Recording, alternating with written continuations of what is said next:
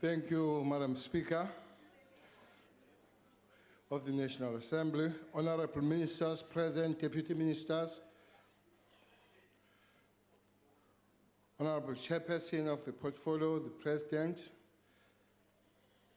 and Deputy President. All members, it is with great sadness and heavy heart that we stand here and tell a story of a young South African Police Service members that we lost at Engcobo. It could be said that for the last 2 weeks, we have lost 9 members nationally, 5 of them from Engcobo Police Station. This terrible deed happened on the 20th to the 21st February 2018 between 23 hours 25 minutes on February 20th and early hours of 1 a.m., 1 hour 20 minutes a.m. on the 21st of February 2018. The police station was attacked and some members were shot and killed. Other police were ambushed from the same police station, shot and killed and dumped on the side road. These were young, energetic, and very healthy bodies with the names of Warrant Officer Zuko Mbini, Constable Sibongiseni Sandlana, Constable Zuko Chegu, Constable Nkosiphendule Bongo, Constable Guhle Mateta, and 1 South African National Defence Force member. Adding to the 5 police officers and soldiers, we have also lost 3 more officers through a motor vehicle accident who were deployed coming from the unit in northwestern Potchefstroom. More than that, we have lost 1 police officer at KwaMaphumulo and KZN who was shot and killed at the mall, which brings the total of killed police officers to 9 in space of 2 weeks. These brave men and their families shared commitment and sometimes bigger than themselves. They were committed compatriots, committed to the service and safety of South Africans. For that, they had to pay the supreme price by losing their own lives in the line of duty. For that, we take salute of these fallen heroes of South Africa. We offer them maximum gratitude to their families and loved ones. Life would have been much better had this not happened. Therefore, as the South African Police Service, we commit ourselves that we will work harder to prevent such tragedies happening in future. Nonetheless, this has happened and the South African police had to respond. Their response had to be quick and practical. A multidisciplinary task team led by Major General Kalawe was established on the 21st February 2018 to investigate the matter, comprising of the senior members representing following capabilities: the Directorate for Priority Crime Investigation, DIPSI, which is Hawks, Visible Policing, Crime Intelligence, Detective Services, the National Intervention Unit, Public Order Policing, Local Crime Record Center, and Special Task Force. On the 22nd, 2018, information was received from reliable sources that a certain taxi driver had been observed in a position of a pistol, suspected to have been involved in the shooting at the Engcobo police station. The information was immediately followed up. 1 suspect was subsequently arrested and 1 Noriko pistol was found in his possession. A technical team comprising of members from the Special Task Force, NIUCI, DIPSI, and the Detective Services was activated to conduct an operation at the church premises. Upon arrival at the premises, the task team came under fire from a nearby location and immediately retaliated, resulting in the 7 suspects being fatally wounded and a further 3 suspects being wounded. In addition, 37 other male persons found within the shacks from which the gunfire emanated were arrested. The Independent Police Investigation Directorate was immediately notified on the action taken by SAPS. The following firearms and exhibits were seized during the operation: 2 shotguns, 2 rifles, 6 9mm pistol, 2 safes, 2 laptops, 1 police bullet-resistant vest, 4 swords, 2 crossbars, 4 tempo watches, 27 cellular phones. All the suspects who were arrested during the operation were questioned, and it transpired that only 5 suspects out of the 37 arrested individuals were involved in the murder of the police officers at Engcobo police station. The identity and age of the aforementioned suspects are as follows: Andani Moni, Kwanele Ndawana, Spesihle Katsi, Siposonzi Chefu, and Pumzile Mtacho. The confession made by the above-mentioned suspects indicated that group of 8 individuals had conspired to rob the Capitec Bank ATM situated diagonally across the road from the Engcobo police station. The police station was identified as an ideal source of firearms, and the 8 individuals decided to attack the night shift at the police station. One of the individuals was tasked to lure the police officers on patrol duties in town towards the direction of Umtata. A suitable spot was identified near the Nyanga High School for the rest of the group to lie in ambush for the SAPS patrol van that would be lured out of town. When the first individual arrived in town, he behaved in a manner that was intended to attract the attention of the SAPS members on patrol. However, the members ignored him. He then called his colleagues to inform them that the police were not responding, and was then advised to recklessly make a U-turn in front of the officers on patrol, which subsequently performed. The SAPS patrol then pursued the individual to the area near Nyanga High School, stepped out of the vehicle to confront the individual, and were subsequently shot by the group lying in the ambush. The members' firearms were taken by the attackers. The group of individuals returned to Engcobo and went straight to the police station, where they shot 2 members inside the community service center, fatally wounding them and removing their firearms. They then commanded the female members that were in the CSC to open the safe in order to access more firearms. These were female members who were forced to walk and lie on the blood that was there of their colleagues. While engaged in the process of removing additional firearms, SAPS patrol van arrived at the station. The group of individuals attacked the driver and his crew, fatally wounding both. The members' firearms were also removed. The group then proceeded to the Capitec Bank with the intention of grinding the safe and accessing the money. Whilst grinding the safe, they were disturbed by another SAPS patrol van that came from the Mthatha direction and decided to flee from the scene. The group drove towards the mountain behind Engcobo, where they buried the firearms and discarded the SAPS patrol van and bullet-resistant vest that they had stolen.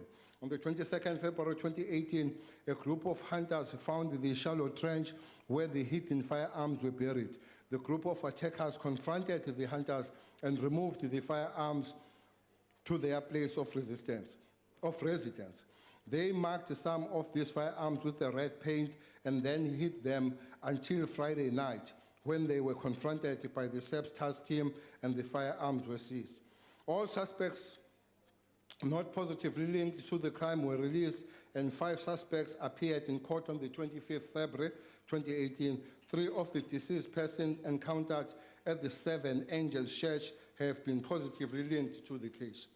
The discarded bullet-resistant vests were recovered where they were disposed of by the attackers. Forensic examinations on the exhibits, including DNA and ballistic analysis, are underway to further link the arrested suspect and the deceased suspects. The case has been remanded to the 8th of March 2018 for a formal bail application. All 5 accused are in SAPS custody. Further investigation and follow-ups are in progress. The National Commissioner of South African Police has ordered the deployment of additional reinforcement to the Engcobo area. These additional deployments have been sourced from national office and various areas in the province. Proactive deployment includes VISPOL, POP, TROT, the NIU, and Special Task Force. Reactive deployments include the Hawks, Detective Service Tracking Teams, and the Forensic Service. The community of Engcobo and surroundings areas are assured that day-to-day policing will be maintained at the required level and professionalism. Out of the 10 stolen guns, 9 have been recovered. The 9th one was recovered last night. The entire operation is led by Hawks. The Commissioner will be keeping these forces at the community of Engcobo until the situation stabilizes. We will be going back there after the funerals and make an assessment if it needs be, extend the operations. We would like to thank the community of Engcobo, which has cooperated very well with the South African Police and make sure that the results are quick. For now, we have no church there. We're told that there is a church house or church room, but for now we have no church there. We have a crime scene. That church, for now, is a crime scene. There is no church. Which will be determined by ongoing investigation.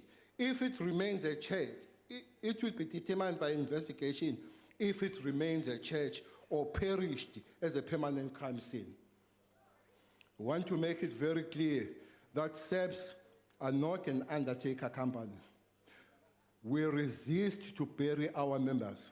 And I want to issue a strong warning that any military engagement by the thugs engaging SAPS should be one side that go to bury after engagement, and that side shall not be the South African Police. Chairperson, thank you very much, honorable members. I would not really go to the individual members nor begin to debate issues raised there. For now, I will stick with what we are all about. Yesterday, we did go to the memorial service and we saw 6 families. These are families in pain. The community is in pain. Even the members of the South African Police are in pain and highly traumatized. So then to come here and talk about theory of what should have happened, I will keep that for later times. Because there are many things that were said here that are wrong. For now, I will invite the members, especially represented by Honorable Mpele, the DA, to say, sometimes do visit these people and feel this pain with them. Sometimes you go and attend, sometimes you go and attend the funeral and be part of the pain that you feel when these things happen. Surely you will come back here and behave in more human way than this animal way you are behaving. The people that died there, the oldest one was 48 and the other one was 29, are very young people who died. Not just ordinary people that were about anyway to happen to them that they go. One would thank the members, especially those that they have seen the human tragedy out of this matter rather than seeing the political score point and scoreboard.